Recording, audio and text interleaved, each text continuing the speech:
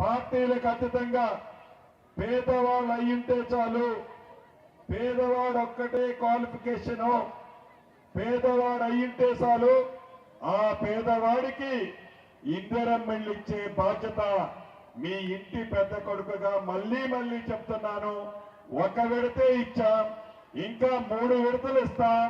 అర్హులైన ప్రతి పేదవాళ్ళకి ఇచ్చే బాధ్యత నాదేనని కూడా మరొక్కసారి మీ అందరికీ గుర్తు చేస్తున్నాను. ఇందిరమ్మ ఇళ్ళ విషయం అట్లుంది, కార్డుల విషయం అట్లుంది. ఇక రైతులు రాజు చేస్తానని ఆ తర్వాత చెప్పిన సంగతి మీకు తెలియంది కాదు. 2 విడతల మొదటిసారి ₹1,00,000 లోన్ మాఫీ అన్నాడు, 4 సంవత్సరాలు ఇచ్చాడు. అసలు కాదు కదా, మితి కూడా సరిపోలే. రెండోసారి అన్నాడు మళ్ళీ 1,00,000, అసలు కాదు మితికి సరిపోలే. 10 సంవత్సరాలలో ఆ తర్వాత రైతులకు చేసిన రుణమాఫీ మొత్తం 17,000 కోట్లు. మన ఇందిరమ్మ ప్రభుత్వంలో 10 సంవత్సరాల్లో ఆయన 17,000 కోట్లు చేస్తే 10 నెలలలో 21,000 కోట్ల రుణమాఫీని చేసిన ప్రభుత్వం మీరెన్నుకున్న ప్రభుత్వం. అంతేకాదు ఆయన ఫామ్ హౌస్ లో 300 ఎకరాలు వరైతే వేసుకున్నాడు. ఎవరైనా రాష్ట్రంలో ఊరేస్తే ఊరే అని చెప్పాడు. మన ప్రభుత్వం వచ్చిన తర్వాత వరి వేయటమే కాదు, వరికి మద్దతు ధర ఇయటమే కాదు, మద్దతు ధరతో పాటు సన్న వడ్లకి క్వింటాలకి బోనస్ కి ₹500 ఇస్తామని చెప్పి అన్న మాట ప్రకారం రైతుని రాజు చేసింది మీరెన్నుకున్న ఈ ఇందిరమ్మ ప్రభుత్వం. ఇలా అనేక రకాలుగా ఇక రైతు భరోసా ఉంది.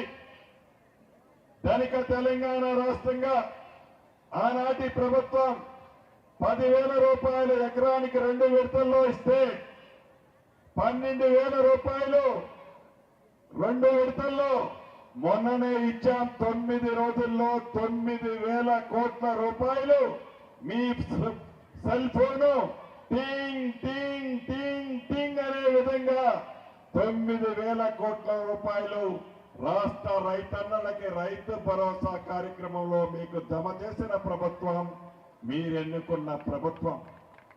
అంతేకాదు నేను గ్రామీణ ప్రాంతాలకు పోయినప్పుడు చూశాను. నా ఆడబిడ్డలు, నా కొడుకు డిగ్రీ చదివాడు, ఇంజనీరింగ్ చదివాడు, నిరుద్యోగిగా ఉన్నాడు అని అనేక మంది ఆడబిడ్డలు అడిగిన సందర్భాలు కోకొల్లలు ఉన్నాయి. 11 నెలలలో మీరెన్నుకున్న మన ప్రభుత్వం 60,000 ఉద్యోగాలు నిరుద్యోగ తమ్ముళ్ళకి ఇచ్చింది. రాబోయే కొద్ది నెలల్లో ఇంకా 40,000 ఉద్యోగాలు కూడా ఇవ్వటానికి మన ప్రభుత్వం రెడీ చేసుకుంది.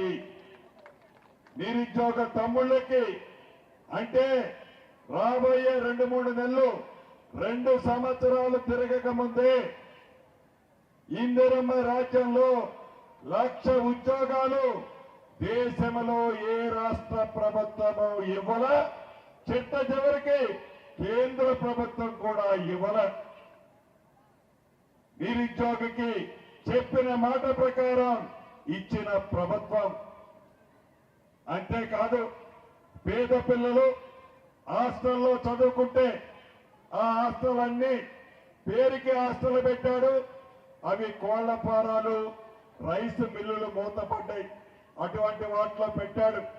సరిగ్గా బొమ్మ కూడా పెట్టలే.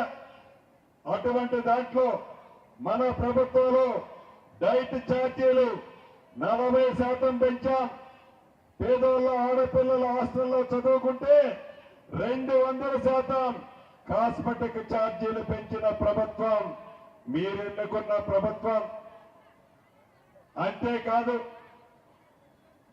200 యూనిట్లు ఇంటికి ఉచితంగా ఇచ్చిన ప్రభుత్వం మీరెన్నుకున్న ప్రభుత్వం. ₹500కే గ్యాస్ మద్దతిచ్చిన ప్రభుత్వం మీరెన్నుకున్న ప్రభుత్వం. పేదోడికి తప్పు చేస్తే 10 లక్షల రూపాయల వరకు రాజు ఆరోగ్యశ్రీ కార్యక్రమం ద్వారా వైద్యం చేపిస్తున్న ప్రభుత్వం మీరెన్నుకున్న ప్రభుత్వం ఇలా చెప్పుకుంటా పోతే కోకొల్లలున్నాయి. ఈనాడు రాష్ట్ర వ్యాప్తంగా సుమారు 66,000 మంది మహిళలు మహిళా సంఘాల్లో ఉన్నారు. ఒకప్పుడు రాజశేఖర రెడ్డి గారు ఉన్నప్పుడు చెప్పేవాడు లక్ష మందిని లక్షాధికారులు చేస్తానని ఆనాటి మన ముఖ్యమంత్రి దివంగత నేత వైఎస్ రాజశేఖర రెడ్డి గారు చెప్పేవారు. కానీ అది ఆనాటి మాట.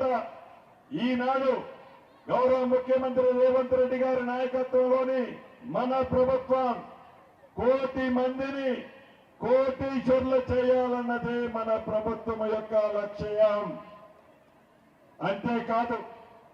అంతేకాదు నా ఆడబిడ్డలకి మీ సంఘాల ద్వారా రైస్ మిల్లులు కానీ, పెట్రోల్ బంకులు కానీ, సోలారు విద్యుత్ కానీ, అదే రకంగా బస్సులు మీ సంఘాల పేరుతో తీసుకొని ఆర్టీసీకి రెంట్కిచ్చే విషయంలో కూడా, ఏదైతే రెసిడెన్షియల్ స్కూల్స్ కి డ్రెస్సులు కుట్టించే విషయంలో, అదే రకంగా ప్యాడీ ప్రొక్యూర్మెంట్ సెంటర్స్ మెయింటెనెన్స్ కూడా మీ సంఘాలు అంటే నా ఆడబిడ్డలు బలోపేతం చేయాలని ఇవ్వటం జరిగింది. అంతేకాదు రాబోయే కొద్ది రోజుల్లో ప్రతి సంఘంలో ఉన్న నా ఆడబిడ్డకి ఆనాడి బతుకమ్మ చీరలాగా కాకుండా 2 చీరలు, మంచి కాస్ట్లీ చీరలు మా ఆడబిడ్డలకి తోబుట్టుగా మీ అందరికీ కూడా ఈ ప్రభుత్వం పంపించనుంది. అంతేకాదు ఏవైతే ఇందిరమ్మ ఇళ్లలో నిరుపేదలు ఎవరైతే సంఘంలో ఉన్నారో సుమారు